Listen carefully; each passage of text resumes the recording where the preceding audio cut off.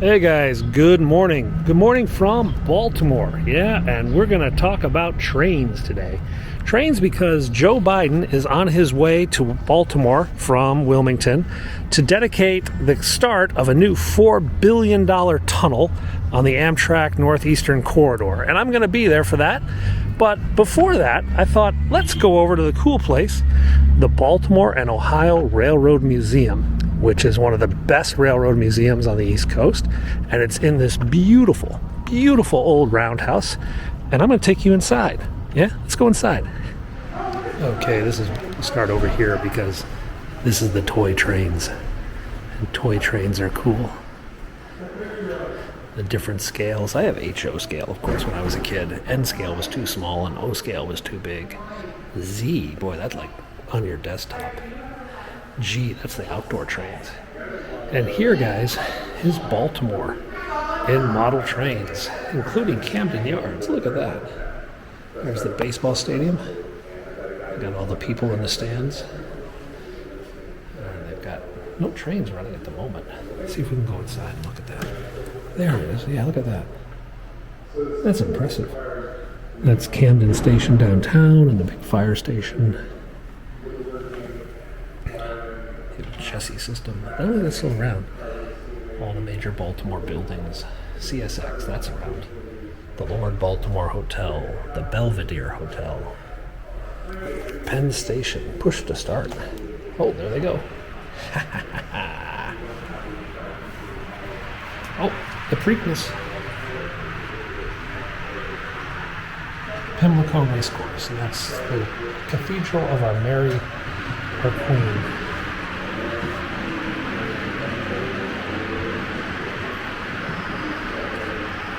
Baltimore suburbs. And down there is a tunnel. And that's why I'm here in Baltimore today, is to talk about the B&O, or the Potomac, Baltimore Potomac Tunnel, I think it's called. And that's a big glitch on the Amtrak system. And speaking of Amtrak, here's an Amtrak train making its way into Penn Station. We're going to go to Penn Station in just a bit after we finish down here, so I can get some lunch. But that's actually where I have to park my car today.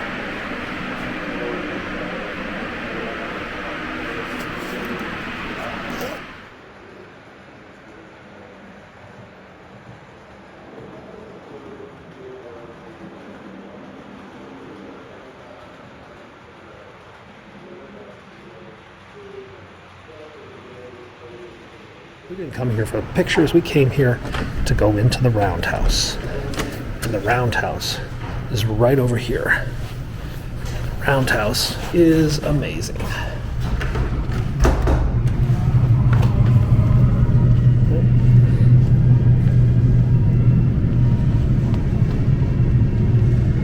That's a wooden roof.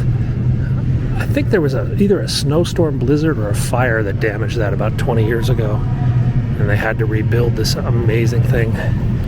But just look at the collection of old steam engines, steam locomotives, and Pullmans. Amazing types of cars. Starting with some of the earliest trains in America, and then working their way around to more modern things we remember from cowboy and western movies. Let's just explore, yeah?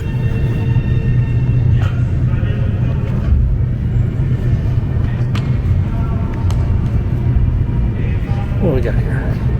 This is a Civil War train, it looks like. Benjamin Kelly.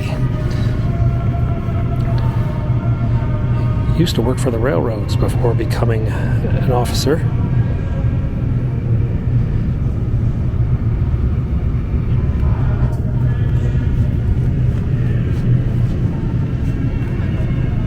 They still actually, this is a functional turntable. They do turn it around every now and then. You can come out here and they bring a train out onto the turntable and make it spin. Baltimore and Ohio Railroad.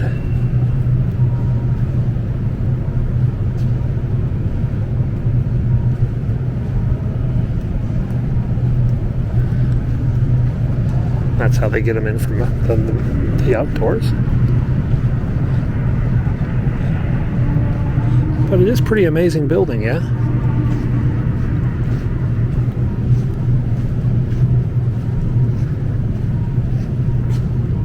Let's go take a look at one of the passenger cars. So over here, guys, you probably heard of this train. The first American-built steam engine was known as Tom Thumb, the Tom Thumb, 1830 Baltimore, and that is the Tom Thumb. And it had a race with a train, if I remember right, yeah? Yeah, 1926. There's a lot of debate, they say. So this train was invented by a guy named Peter Cooper, who I should also note invented instant Jell-O. Right, so this is a very well accomplished dude. Not only did he build the first American engine, he made Jell-O, and Jell-O is cool. So that's the Tom Thumb. Over here is Crabs and Grasshoppers. That's a pretty wild name. This was one of their next cars. 1836 is when they built this engine. And look at these passenger cars back here, guys. That is pretty funky. Basically an old horse carriage put on the rails. You had like an upper deck too.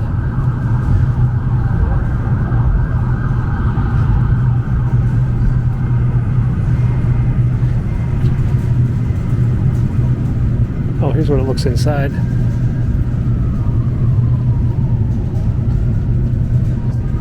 Basically a carriage.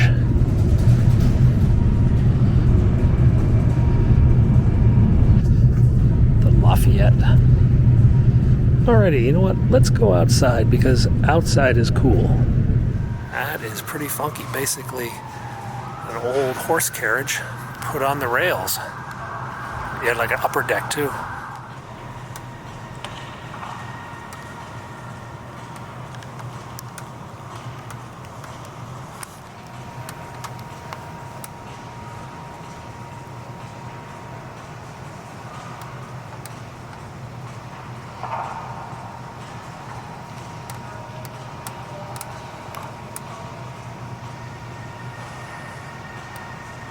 In the middle is the sort of the mechanism by which this thing turns around, this big pivot ball. You have the old trains over there, and then they go outside. Yeah? Now guys, as cool as this place is with all these trains inside, the fact is there's a lot more trains outside. Let's go outside. Okay, let's go outside. The Chessie system. That's Chesapeake, guys. Chesapeake. I think the Chessie system is now CSX, what you see over there. But I came up here with my young son when he was a little kid. They bring in a Thomas the Tank engine, and you can ride around on Thomas the Tank engine. Back over here is the car shop where they're actually fixing trains, but let's go up here first.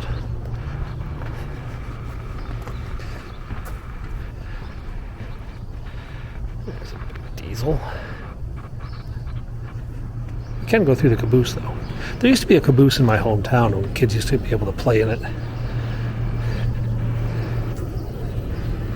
Kind of remember this, yeah? You could climb up, get a good view of what's going on from that seat. And there's a bunk down here, eating area, stove. No more cabooses on the lines anymore. It's all electronic now. Oh well. Let's go down this way. Let's see what we can see.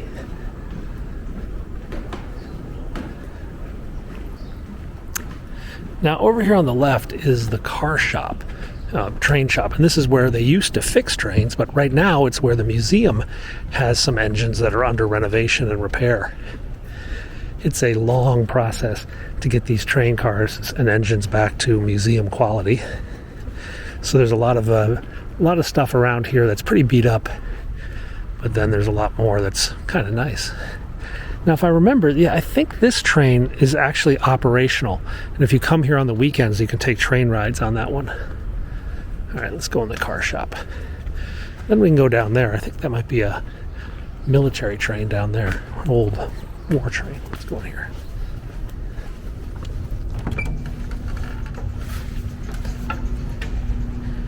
Yeah, Look at this monster. Does this scream 1920s, 1930s America? And then a big old freight engine. Let's go up.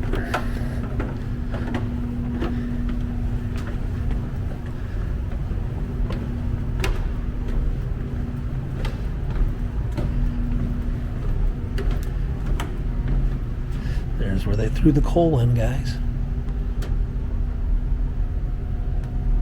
All the levers and switches. Who can go in that? You can go in this one, yeah.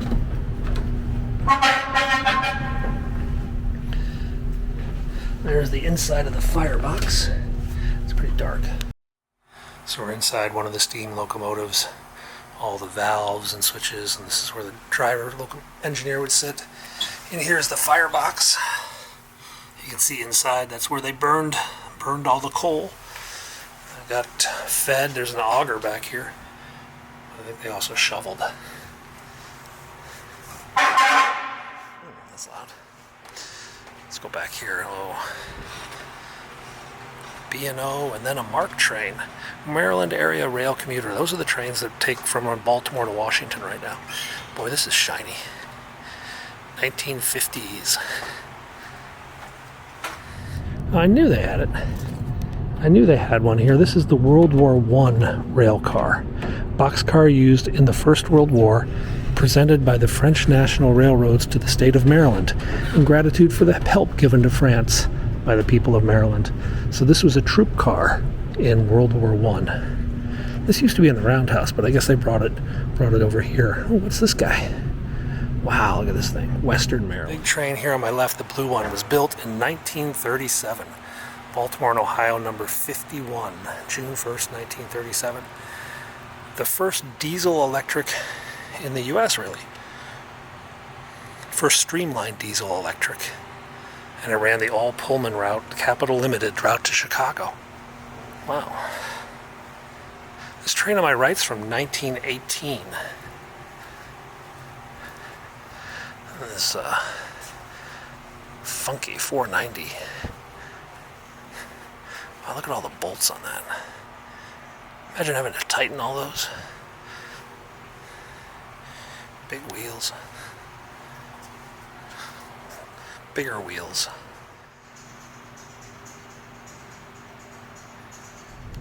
Almost looks like something out of a Disney movie, you know? What the future will look like as seen from the 1920s. I always liked this picture. These are all the people arriving, what is now the museum, to go to work fixing the trains. This was the morning crowd, and it just, you know, was all the people who would walk to work. They lived in the community, they went to church in the community, they went to school in the community, they worked for the railroads. At one time I think there were like 10,000 people working here. Those jobs are gone now, sadly. But always remember this photo. Alright, let's go outside. Now there's a couple more platforms down here, and I think this green one, I believe, is a World War II troop train. I know they have a World War II troop train. I'm not exactly sure where it is. I think it's this one right here. Let's go take a look. And then a green Pullman. Let's see what this is.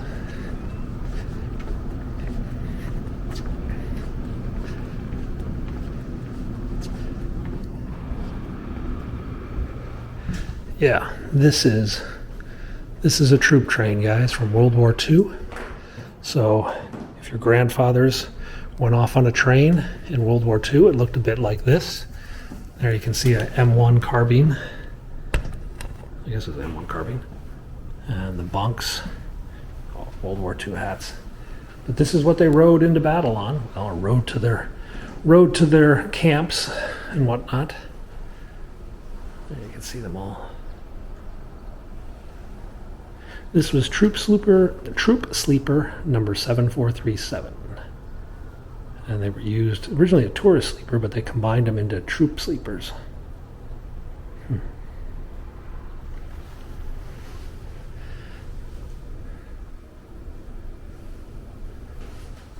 After the war, it was used for other things, but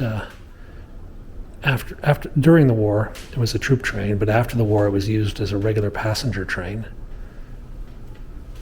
This is the first Baltimore and Ohio man to receive the Congressional Medal of Honor. The Louisville Messenger. Right? No, it's the newspaper. Sergeant John Squire is a former messenger from Louisville, Kentucky. He was posthumously given the Medal of Honor at Anzio. A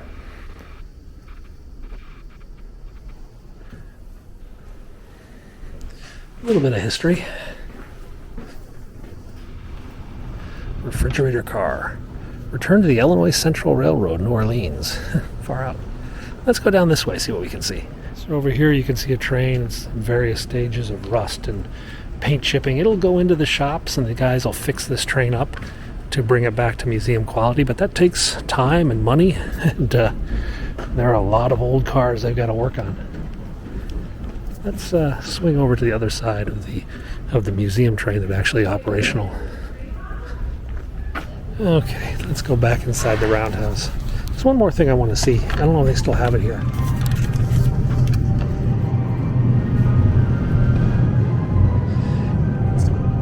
Oftentimes you guys ask me what things smell like, and it smells like wood. Yeah, because this whole roof is wood, and it has kind of that slightly wet wood smell when you walk through this place. Pretty funky, no?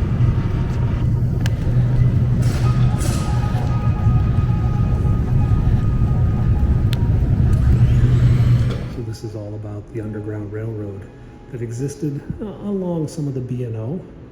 They've at least documented 27 people who made their way up the B&O on the way on the Underground Railroad, and probably many more for where there's just simply no documentation. This is the Mount Clair Station, the oldest surviving building on the campus. Back during the Civil War. So this is what you had to do to buy a ticket in 1851. Are you black? Yes, no. Are you traveling with your enslaver? Yes, no. Do you have freedom papers? Do you have a white person confirming your papers are real? Did you arrive early? Did you arrive extra time? Yes, you could get a ticket. No, you could not get a ticket. So that's the chart you used to have to go through to buy a train ticket in 1851. Okay, let's slide on out.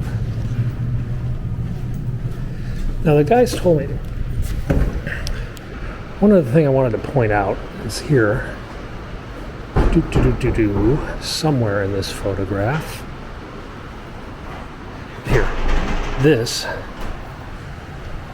Samuel Morse, inventor of Morse code and the telegraph.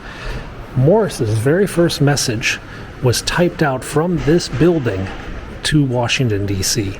The very first telegraph line ever set up ran from this building to Washington, D.C. And the message tapped out was, "What hath God wrought?" All right, out to the gift shop. Hey. So out here in the parking lot, they have a bunch of other trains as well. Baltimore and Ohio, and then like a passenger train, and even some older repair trains. Look at that crane down there, for example. That's a big one. I could probably lift a locomotive that'd come off the rails. That's a big crane.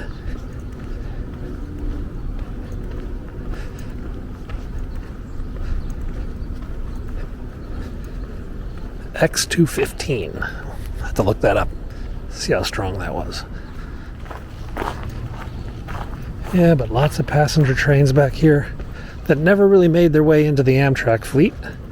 And now they're just out here in the elements. American Freedom Train.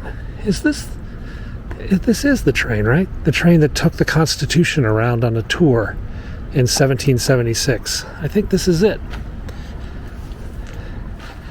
Do you remember the Freedom Train? It went up and down the country for the bicentennial in 1776.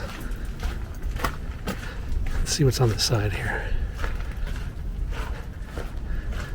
It's the seal. Rusting away now. American Freedom Train. Yeah, I think this is it. I'm gonna have to Google that when I get home. But I do remember the Freedom Train when I was a kid.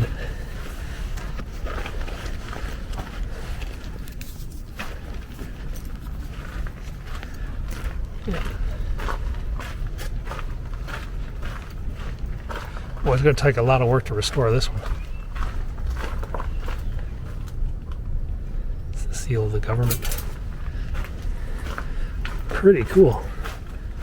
Okay, guys, so that's the Baltimore and Ohio Railroad Museum. It is a cool museum. I definitely recommend going down here if you come into town. If you're here at Christmas in Baltimore, it's a must visit. You got to come here and see the toy trains they set up at Christmas. They fill the roundhouse with toy trains. It's so wicked.